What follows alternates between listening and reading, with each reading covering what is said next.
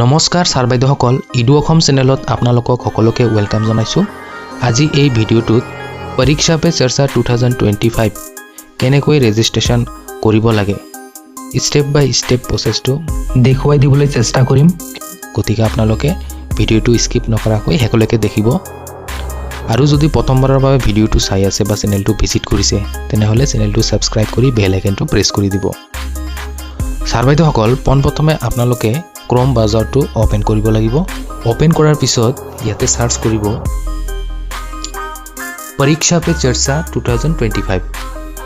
Search কৰাৰ পিছত আপোনালোকে প্ৰথম যোনটো ৱেবছাইট দেখা পাইছে পৰীক্ষা পে চৰ্চা 2025 লিখা আছে, ইয়াতে ক্লিক কৰিব। ক্লিক কৰাৰ পিছত এনেকুৱা ধৰণৰ ইণ্টাৰফেচ দেখা পাব। এইটোৱেই হৈছে অফিচিয়েল ৱেবছাইট। ইয়াতে আপোনালোকে তলত স্ক্ৰল কৰিলে পাৰ্টিচিপেট নাও দেখা পাব, কিন্তু তাৰ আগত মই ইম্পৰ্টেণ্ট ডেটছ তাতে ক্লিক কৰি কেতিয়া ষ্টাৰ্ট হৈছে আৰু লাষ্ট ডেট কেতিয়া সেইটো মই আপোনালোকক দেখুৱাবলৈ চেষ্টা কৰিম। ইয়াতে মই ক্লিক কৰিম। ক্লিক কৰাৰ পিছত ইয়াতে আপোনালোকে দেখা পাইছে ষ্টাৰ্ট ডেট 14 ডিচেম্বৰ 2024 আৰু লিখা আছে এণ্ড ডেট 14 জানুৱাৰী 2025। লাষ্ট ডেট হৈছে আপোনালোকৰ 14 জানুৱাৰী 2025। এতিয়া পাৰ্টিচিপেট কেনেকৈ কৰিব, ইয়াতে আপোনালোকে দেখা পাইছে পাৰ্টিচিপেট নাও, ইয়াতে ক্লিক কৰিব।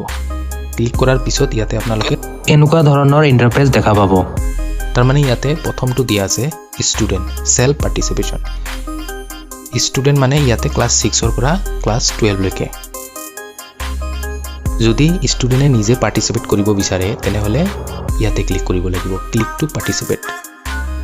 আৰু ইয়াতে নেক্সটটোত দিয়া আছে student participation through teacher login. ইয়াত টিচাৰ লগইন হৈ গোটেই ছাত্ৰ ছাত্ৰীক এটা লগইন হৈ মানে টিচাৰে লগইন কৰি গোটেই ছাত্ৰ ছাত্ৰীক ৰেজিষ্ট্ৰেশ্যন কৰি দিব পাৰে বা পাৰ্টিচিপেট কৰি দিব পাৰে। বাৰে বাৰে ৰেজিষ্টাৰ কৰিব নালাগে। টিচাৰজনে নিজে লগইন হৈ ইয়াতে ক্লিক কৰি টিচাৰজনে নিজৰ নাম আৰু মোবাইল নম্বৰ দি OTPটো ইণ্টাৰ কৰি ছাবমিট মাৰিলে লগইন হৈ যাব। আৰু সেই লগইন হোৱাৰ পিছত মানে এবাৰ লগইন হোৱাৰ পিছত স্কুলৰ গোটেইকেইটা ষ্টুডেণ্টক পাৰ্টিচিপেট বা ৰেজিষ্ট্ৰেশ্যন কৰি দিব পাৰে। আৰু ইয়াতে টিচাৰসকলে ইয়াতে ক্লিক কৰি পাৰ্টিচিপেট কৰিব লাগিব। আৰু শেষত আছে পেৰেণ্ট যিসকল ক্লাছ 6ৰ পৰা 12 পঢ়ি আছে স্কুলত ছাত্ৰ ছাত্ৰী, সেই ছাত্ৰ ছাত্ৰীসকলৰ পেৰেণ্টে ইয়াতে ক্লিক কৰি পাৰ্টিচিপেট কৰিব পাৰে। মই আপোনালোকক আজি student participation through teacher login ইয়াত ক্লিক কৰি দেখুৱাই দিম। ইয়াতে ক্লিক কৰিলে আপোনালোকৰ বাৰে বাৰে OTP বা ষ্টুডেণ্টৰ ইণ্ডিভিজুৱেল কৰিব নালাগে। আপোনালোকে টিচাৰ লগইন হৈ গোটেই ছাত্ৰ ছাত্ৰীক আপোনালোকে পাৰ্টিচিপেট বা ৰেজিষ্ট্ৰেশ্যন কৰিব পাৰে। তো মই ইয়াতে ক্লিক কৰিলোঁ। ক্লিক কৰাৰ পিছত এতিয়া টিচাৰৰ ফুল নেম আৰু মোবাইল নাম্বাৰটো এণ্টাৰ কৰিব লাগিব। তো এজন টিচাৰেতো গোটেইকেইটা ষ্টুডেণ্টক কৰা সম্ভৱ নহয়। এতিয়া কেইজনমান টিচাৰে লগইন হৈ ক্লাছ ৱাইজ আপোনালোকে কৰিব পাৰে। এতিয়া আপোনালোকৰ সুবিধা অনুযায়ী আপোনালোকে কৰিব। কিন্তু মই ইয়াতে এটা এক্সাম্পল হিচাপে দেখাই দি আছোঁ। ইয়াতে মই যিহেতু টিচাৰ, মই ইয়াতে মোৰ নিজৰ নামটো দি আছোঁ, মোবাইল নাম্বাৰটো এণ্টাৰ কৰি দি আছোঁ। মোবাইল নাম্বাৰটো এণ্টাৰ কৰি দিয়াৰ পিছত লগইন উইথ OTP ইয়াতে ক্লিক কৰিব। ক্লিক কৰাৰ পিছত আপোনাৰ মোবাইলত OTP আহিব। OTPটো ইয়াতে এণ্টাৰ কৰিব। মই OTPটো এণ্টাৰ কৰি দি আছোঁ। OTPটো এণ্টাৰ কৰি দিয়াৰ পিছত ইয়াতে ছাবমিট দেখা পাইছে, ইয়াতে ক্লিক কৰিব। ছাবমিট ক্লিক কৰাৰ পিছত আপোনালোকে এনেকুৱা ধৰণৰ ইণ্টাৰফেচ দেখা পাব। আপুনি পৰ্টেলটোত লগইন হৈ যাব। তো লগইন হৈ যোৱাৰ পিছত আপোনালোকে ষ্টুডেণ্টক এতিয়া পাৰ্টিচিপেট বা ৰেজিষ্ট্ৰেশ্যন কৰি দিব পাৰিব। ইয়াতে ষ্টুডেণ্টৰ ডাটা বিচাৰিছে আৰু ইয়াত স্কুলৰ ডিটেইলছটো বিচাৰিছে। এতিয়া মই এটা দেখাই দি আছোঁ। মই আমাৰ স্কুলৰে এজন ষ্টুডেণ্টক কৰিম। মই দেখাই দি আছোঁ কেনেকৈ কৰিব লাগে। প্ৰথমতে ষ্টুডেণ্ট নেম, ইয়াতে ফাৰ্ষ্ট নেমটো এণ্টাৰ কৰিব।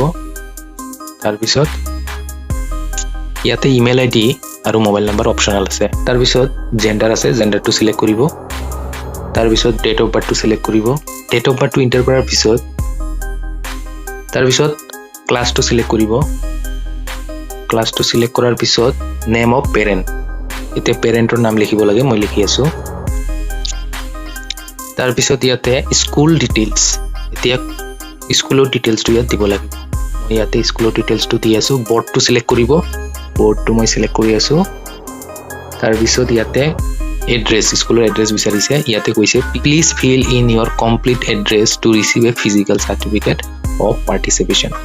ইয়াতে স্কুলৰ এড্ৰেছটো দিলে ভাল হ'ব কাৰণ ইয়াতে স্কুল ডিটেইলছে দিয়া আছে আৰু যেহেতু স্কুল এড্ৰেছটো দিলে গোটেই কিটাৰ সাৰ্টিফিকেট এই স্কুল এড্ৰেছ হিচাপতে আহি যাব তো মই ইয়াতে স্কুলৰ এড্ৰেছটো দি আছো তাৰ পিছত এড্ৰেছটো কমপ্লিট লিখিব স্কুলৰ কমপ্লিট এড্ৰেছটো লিখিব যাতে ফিজিক্যাল সাৰ্টিফিকেটটো পোৱাত কোনো অসুবিধা নহয় আৰু তাৰ পিছত কান্ট্ৰিটো সিলেক্ট কৰিব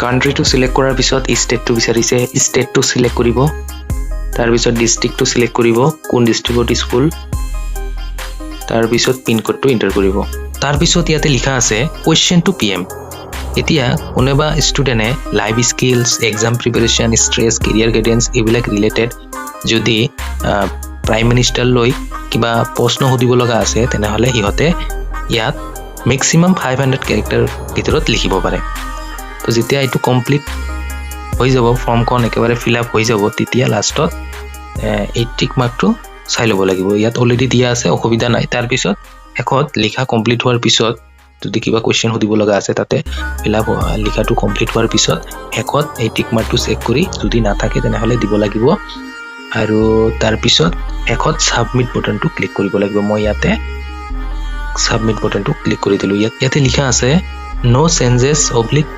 modifications will be permitted after submission are you sure to proceed মানে যেতিয়া এটো কমপ্লিট সাবমিট হৈ যাব তেতিয়া কিন্তু আকৌ কোনো চেঞ্জ বা মডিফিকেশন কৰিব নোৱাৰে এখানে ইয়াত আকৌ সুধিছে যে are you sure to proceed এতিয়া যেহেতু আমি কমপ্লিট শুদ্ধকৈ লিখিছে কোনো অসুবিধা নাই এখানে আমি ইয়াত ওকে ক্লিক কৰি দিম ক্লিক কৰাৰ পিছত আপুনি চাব পাৰিছে আপোনাৰ স্কুলৰ এজন ষ্টুডেন্টৰ পাৰ্টিসিপেশন বা ৰেজিষ্ট্ৰেচন কমপ্লিট হৈ গৈছে এতিয়া ইয়াতে যিজন ষ্টুডেন্টৰ এপ্লাই কৰিব নাম আহিব পেৰেন্টছৰ নাম আহিব লগতে কোন ক্লাছত হেতু আহিব আৰু সাৰ্টিফিকেটৰ লিংকটো এতিয়া এক্টিভ হোৱা নাই ইয়াতে লিখা আছে the certificate will be available from 1st February 2025 1st February 2025 ৰ পৰা সাৰ্টিফিকেটবোৰ ডাউনলোড কৰিব পাৰিব ইয়াতে participate as a student pro teacher etu likha dekha paise you have successfully submitted your participation in Pariksha by Charcha 2025 the certificate will be available from